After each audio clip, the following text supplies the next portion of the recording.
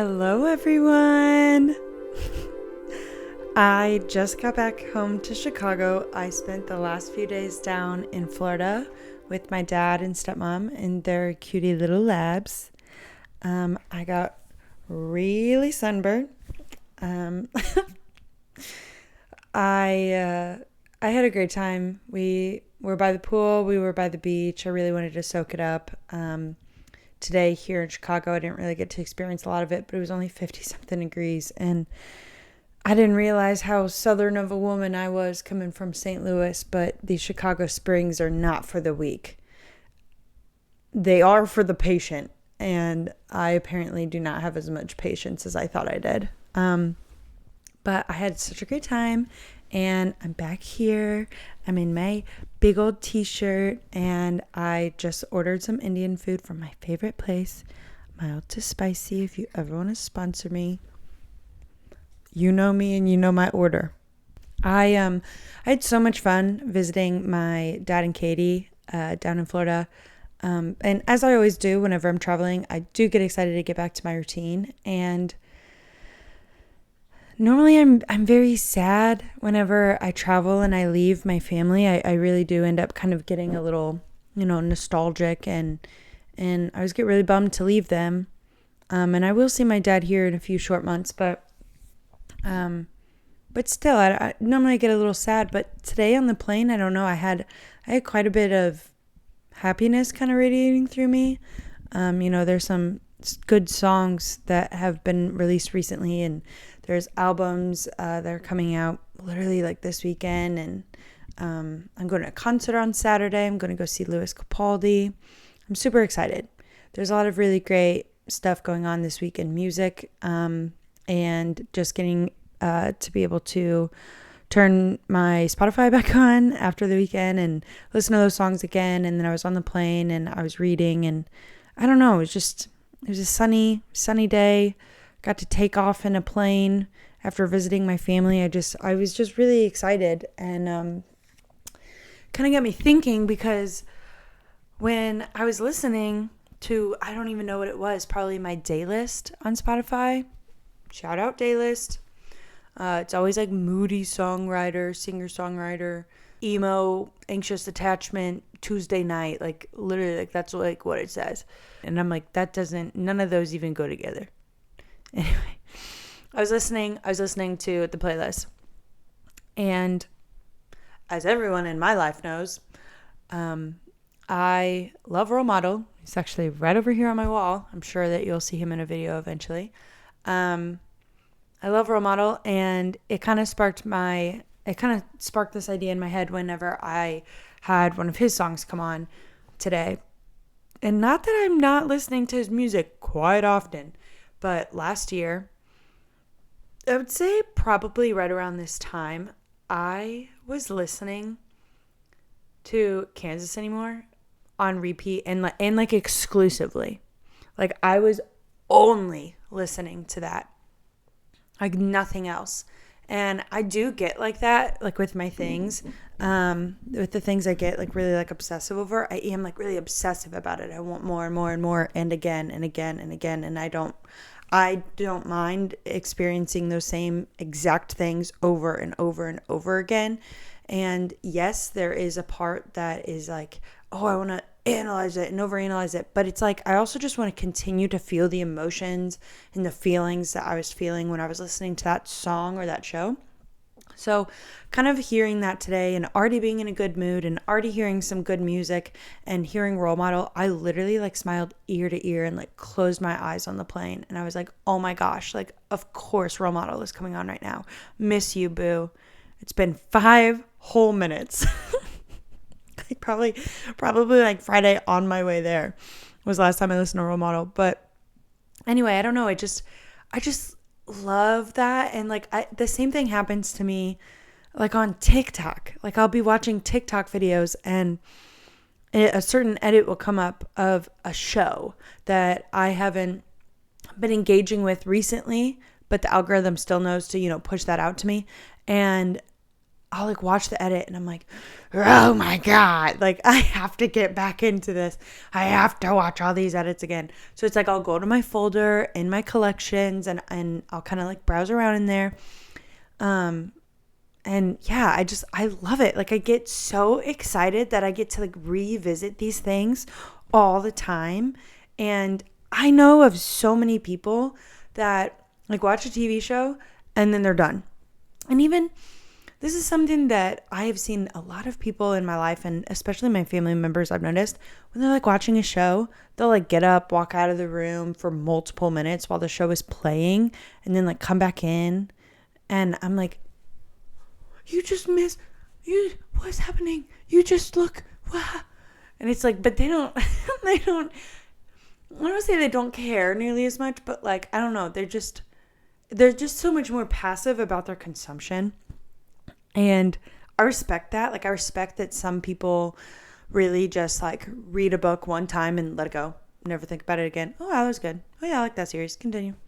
Maybe talk about it a little bit if someone else that they know reads that series. Same thing with like shows and everything. Oh yeah, I liked that show. Me? Oh, that same show? I've seen it 3 times. So you just started it this year. It's literally the middle of April. Yeah? What about it? Like, I know that you can like look at your Spotify stats, and I remember once Harry's album came out back in March, way back when, whenever it dropped, it's of course, again, all that I exclusively listened to for at least 2 weeks, at least, and he is still constantly being played. Of course, I love him down. Don't even come to me about Harry. Don't. Because he won't win. But anyway, I would love to see like the Spotify stats for how often I repeat these songs and how many times I play them like back to back to back, like on repeat. Like Conan Gray's The Best. I saw him in September, and then I saw him again in February. I took myself to Indianapolis to see his show there by myself, and I got a hotel room for myself and everything. It was so much fun. And in February, he performed The Best, and of course, his deluxe album is coming out soon, and I literally just saw a TikTok today for a new song, and I was like, so it's going to put me through the ground. And I'm so excited because just like The Best, I'm sure it will be on repeat again and again and again and again. And I know that like some people are like, oh my God, these parasocial relationships. Oh my God, this like obsessive behavior. But it's like, who cares? Like I feel like I used to get so like embarrassed, and I used to never like want to talk about the fact that I was rewatching movies or shows or like how in depth I knew about these actors and actresses and these musicians. Like what purpose do I have knowing all of these celebrities' birthdays? Why do I need, oh yeah, he's a Taurus. Like I could pop out information at any point. Like you could just casually be in a conversation and I'm like, oh yeah, actually one time in 2013, he actually tweeted this one thing about snakes. And it's like, how do you know that? Why do you know that? Why do you have that memorized? It's 13 years later. What are we talking about? And it's like, I'm sorry. Like that. I just remember that. I just remember these things. I care about it. And this has to be some kind of skill. Like it has to be. Please let this be important somewhere in my life. But I love it. I feel like I used to maybe be embarrassed because I felt like I should be embarrassed about that. I should be embarrassed about having this like fangirl mentality. But like throughout the years, like I am so grateful to have this personality trait, I guess. And like I said, I hope it's a skill. Like in some way it has to be, right? Like in some way it has to be. I just like how exciting and honored do I feel to love something so deeply. How honored and excited I get about all of these things, about how deeply I love all of these different pieces of media. I'm so proud to say that now. I really am. Like I love things so deeply and so harshly, and I'm so analytical and scientific with it too. But of course, like if you want me to write the dissertation, I will. But it's like, first and foremost, it's just a rush of emotions. And I feel like that's for a lot of things that are like big and passionate like that. Like, of course, it's just going to be a rush of emotions. Yes, this show makes me happy. This show makes me sad. This show makes me reflect. This show makes me think of something and relate to something. This character. I think that it's like so important to me, and I just get so excited, and I really am truly so honored to be like this. And I genuinely think that something that you're embarrassed about at 17 is something that you're going to be so proud that you have at 27, and I'm hoping 37 and 47 too. I really am. Like I care about these things so much. And it's like, it's just a TV show, Mackenzie. I know. But why do we have art? Why? Why do we watch TV? Answer it. If you think I'm so crazy for feeling this way, do you think I'm so crazy about watching these TikTok edits of the same show and the interviews and learning everything about the actress, artist, musician, watching other things that they've been in to compare? Like, then tell me why. Why do we listen to music? Why are we entertained at all? Why do we want entertainment? Why can't we just merely go about our mundane life? Eat, drink, sleep, poop, work. Sorry about the poop. Like, why can't we just do that? Why do we need aesthetic? Why do we need art? Why do we need colors? And to have a favorite color? Oh my gosh, life would be so boring, right? Like, truly, sit on it and think. Pause me right now. Pause. And tell yourself why you care. Tell yourself why you care. Like, we need people to, like me, to care about things this deeply. We do. And if you are a more passive person, like, oh yeah, like that show was cool. Whatever. Pass. Next. That's great. And you're like, that was my favorite show, and that's exactly how I reacted to it. That's amazing. That's awesome. And I bet that there's something in your life that you get how I am about my TV shows and my musicians and my actors and actresses and artists and everything. I'm sure that there is something else in your life to be excited about. And you want to know what? I would literally love for you to make a video so that I can watch it. You talk about it. I'm so dead serious.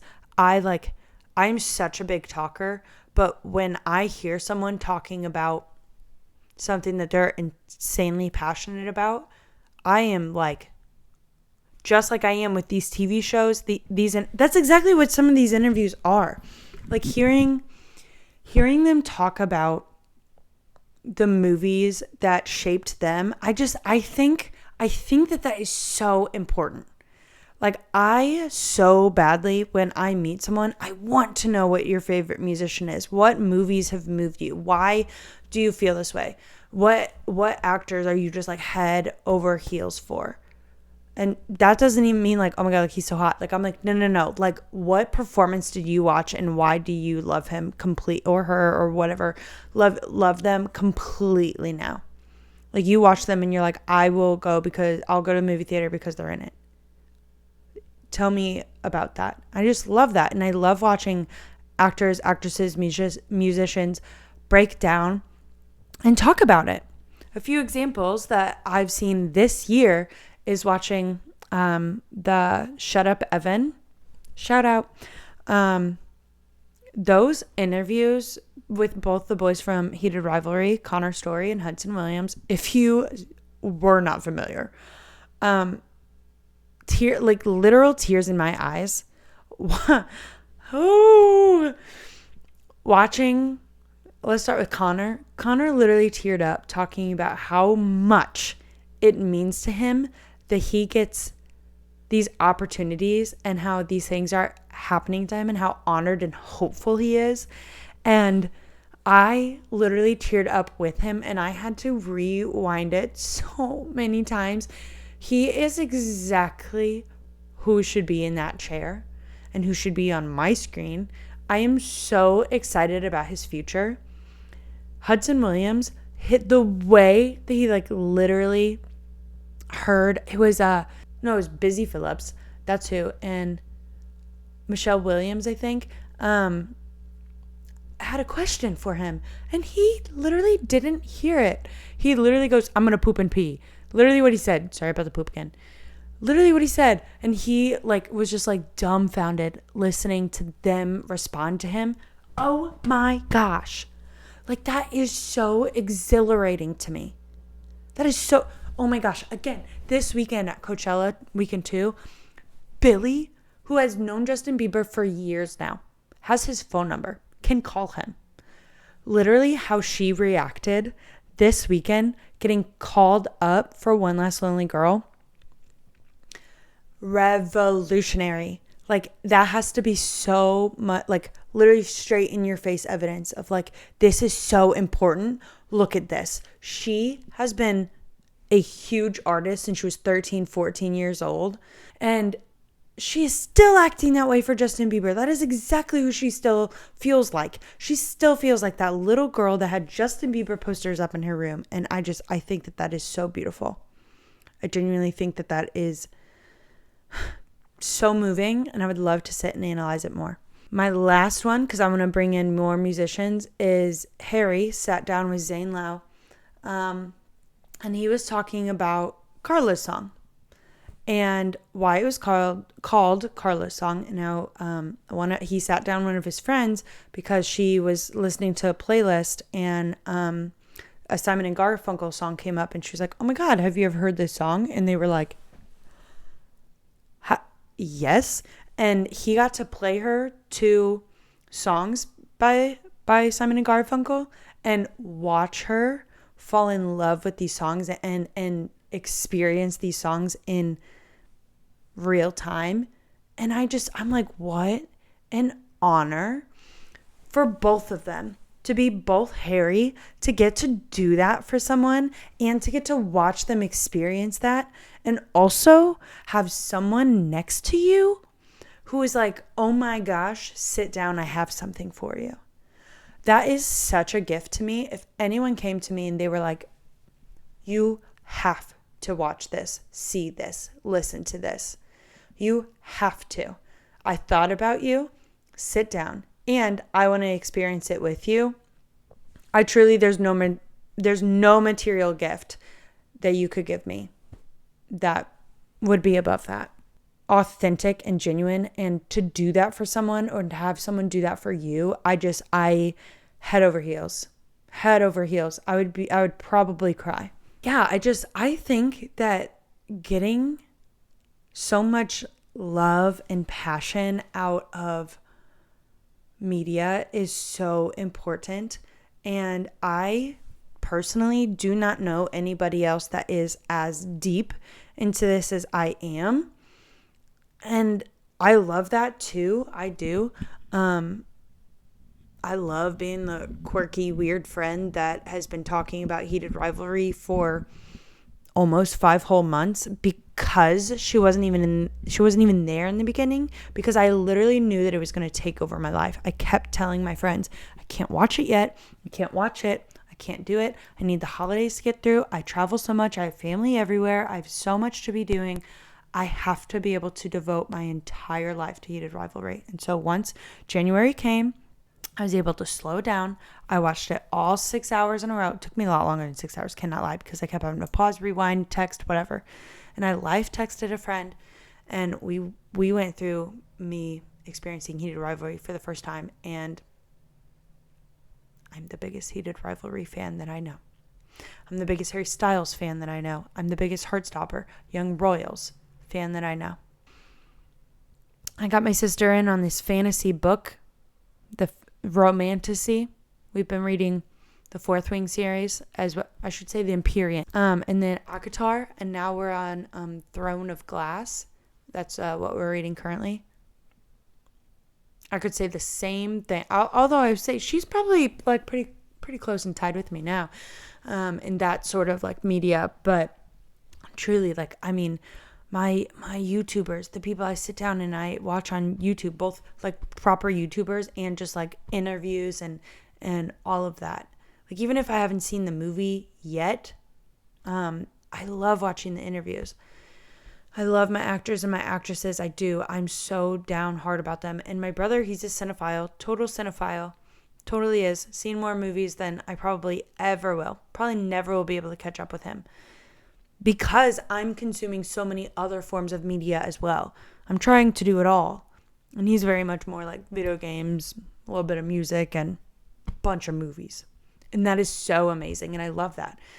And I love connecting with all these people. My friends, they love Justin Bieber. They love Billie Eilish. They love Sabrina Carpenter. They love Olivia Rodrigo. They love Charlie XCX. And we can connect so deeply on that and throw our bones in a circle. I truly love art and media. I feel like I wrote about this or talked about this somewhere. There's this quote, and I don't want to get it wrong, but there's this quote, I believe it was from Stonewall. It was a quote around that time that was talking about, all of the activism that was happening and the protests and the fighting back, and how in the evenings, on the weekends, or something along those lines, you had to go and dance. You had to fight during the day and you had to dance at night. And I think that, especially in a lot of ways in the world where we are right now, that is so important. Let me get this quote. So this says, from Google, a frequently cited quote often associated with the spirit of Stonewall, though originating from the AIDS crisis, to describe queer resistance is, this is the quote, "We buried our friends in the morning, we protested in the afternoon, and we danced all night. This reflects the sentimental that joy in dancing are act of defiance and survival." And it is so true. I truly have always loved that quote since I ever heard it, years and years and years ago. Sometime on Tumblr, I remember reading that, and it's always like stuck in my head, because it is so true. No matter what you're talking about, LGBTQ plus rights, anything, human rights, anything going on, anything that is troubling you at all, a bad grade, studying a lot, you need to put in the hard work to move forward. And at night, it is the exact same thing to, like it said, strength and defiance, I believe. It absolutely is the same thing. You need to dance. You need to experience and feel art, feel happy and truthful emotions. Harry even said it in a song off this last album, and it's from one of my favorite songs, Are You Listening Yet, on the album. That song is literally such a motivator to me, but the lyric I wanted to talk about specifically is, if you must join a movement, make sure there's dancing. When I heard that line, I literally was like, I have to make sure that is what I heard. And when I physically saw it and read it and made sure that it was true, what I heard, I was beside myself. And hearing that, if you must join a movement, make sure there's dancing. Oh my gosh. It speaks to my soul so deeply. Make sure that there is happiness in your life. Take care of the things that you care about. And also make sure to take care of yourself and the people around you. Woo! Goosebumps, bro. That means so much to me. And I hope that means so much to you. Ugh. I love him. As a person who has just started this, has been writing a lot more within the past year, has been wanting to analyze media, art in any form a lot more as well. Been feeling so inspired by so many things in the past year to 2 years. So truly excited to like dip my pen back in. It's like you're taking up arms, but the message is wet. It sounds inviting, but you don't believe in it yet. You keep forgetting your mantra, which thoughts you had on your own, ignoring all your friends at the end of their rope. Pause. You're serious. It's like taking up arms, but the message is wet. Like so truly, I felt like I was like, okay, I'm going to do this now. But then I would take steps back. Literally, it sounds inviting, but you don't believe in it yet. Truly, self-doubt. Like, this is how it was speaking to me. Self-doubt constantly. But what if I fail? But what if I fail? What if I fail? That's embarrassing. Everyone will know that I fail. Everyone will know that I fail. I don't believe in myself enough yet. Maybe soon. Maybe after I do this. Maybe after that. No. You're not listening. Truly. You keep forgetting your mantra, which thoughts you had on your own, your dreams. You keep forgetting what you are saying to yourself. You keep changing it. You're all out of choices. Are you listening yet? Between your head and your heart and somewhere else instead. Oh, can you hear the voice, the one that's inside your head, or are you listening? Oh my gosh. It just like, I literally was like, are you listening to yourself? This is literally what you've been trying to do for so long. How are you not listening? You've been saying this for years, and nothing has changed. Nothing has changed. What is there, like literally what is there to lose? Being such a shy kid, I think that I was really nervous about a lot of things, and I kind of came out of college and I was like, yeah, I'm a much more confident person, and I will not deny that. I won't. But also at the same time, I truly don't think that I had the same confidence that I thought I had, maybe necessarily, because I was like, yeah, I'm a really open person. I'm really extroverted. I have friends, and we have such great communication and healthy lifestyles and relationships and yada yada. But then I don't know. I've just been reflecting the last 2 years, and I'm like, you love all of this media so much. This is what you have literally felt pulled towards since I was a child. Since I was a young child. When, of course, everyone's favorite movie, apparently, was The Wizard of Oz. It was mine. I wanted to be Judy Garland. I wanted to be Dorothy. Oh my God. I wanted to be on Broadway as soon as I saw Wicked for the first time. Who didn't, right? Wicked is huge.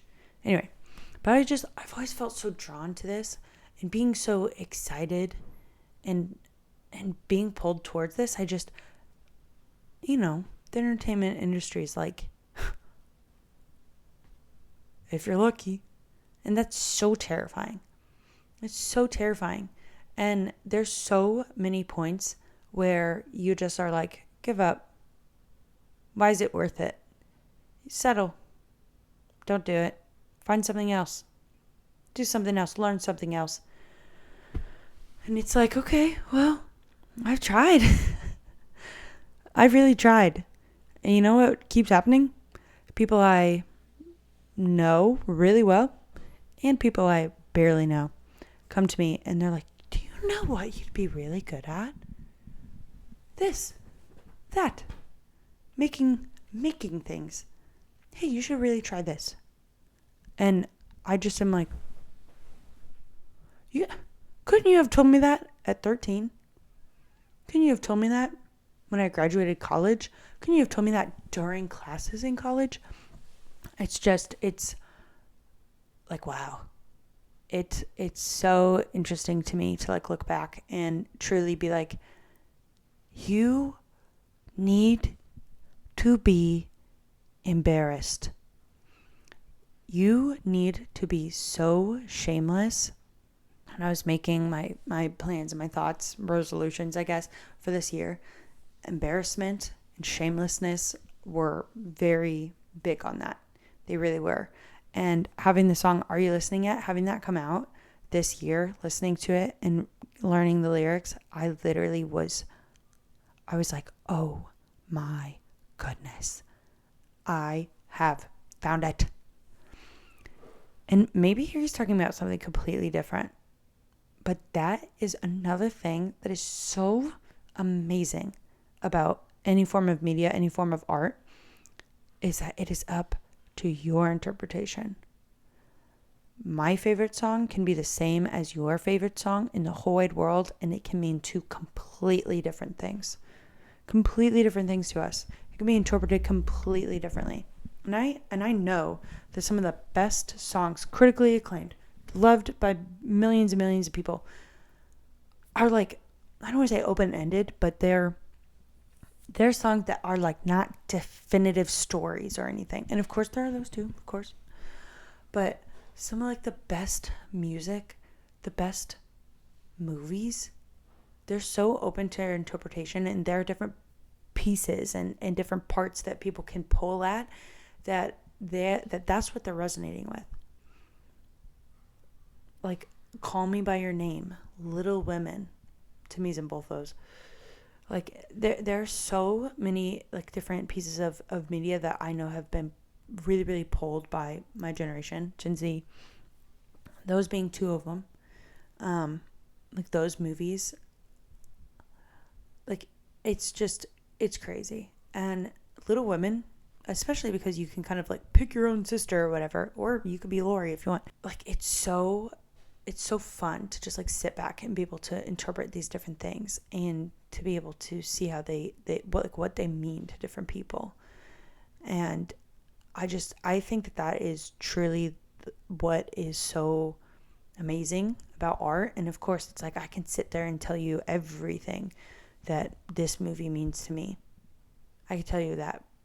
And then someone else can turn around and be like, that's so interesting that you say that. I never saw it this way. This is how I feel. These were the lines that I loved. These are the emotions that I felt. And I truly think that is so beautiful. It kind of reminds me of the whole phrase of like flowers. I think it's flowers and Christmas lights don't look anything alike, but yet we think that they are so beautiful. They look nothing alike. They're completely made out of completely different things. And yet we think that they are both beautiful. I love the things I love so deeply, and the things that I'm like, oh yeah, like, yeah, I like their songs. Yeah, I like them as an artist. I think I love that, but it's like, that doesn't mean I have any less appreciation for the things that, you like. I'm not going to say any artists or movies or anything that I'm like, mid. No, because that's completely unfair, because it's like, it resonates with you that way. And I love that. And I think that is so beautiful. And you know what? Literally in 10 years, I might listen to that album. I might watch that movie back, and it might mean something completely different. And that's another reason I love rewatching, especially things I fell in love with as a teenager. It's not the exact same thing as I'm not going to have the same interpretation that I am at pushing 30. You know what I mean? I've had so many more life experiences. If you show me this gruesome breakup movie that I had when I was 16, before I had even held hands with anyone, I'm not going to have the same emotions. Here I am at 27, having gone through a few heartbreaks. You know what I mean? Like, I love that, it doesn't even have to depend on different people. It can depend on different time periods. Let it sink in a little bit. Let it kind of sit and marinate. I think that it's so important. I've been so excited recently, like for months and months. Like I get so excited to dance. I get so excited to sing. I do. And to rewatch or watch for the first time, watch these edits, which truly, anyone that makes edits, good on you. Oh my gosh. The amount of editing that goes into like any type of like video with audio situation. Oh my goodness. Like I thought just editing music was hard enough, and it is. It's very complicated itself, but any like TikTok editor or whatever where you're like stacking words and music and audio and all these clips from the show or movie or interview or whatever it is. That is such a talent, like such a deep talent, and so patient. That takes so, like, to make like a 1 minute TikTok edit that gets like a million, which is a lot, a million views, like at least like 10 hours.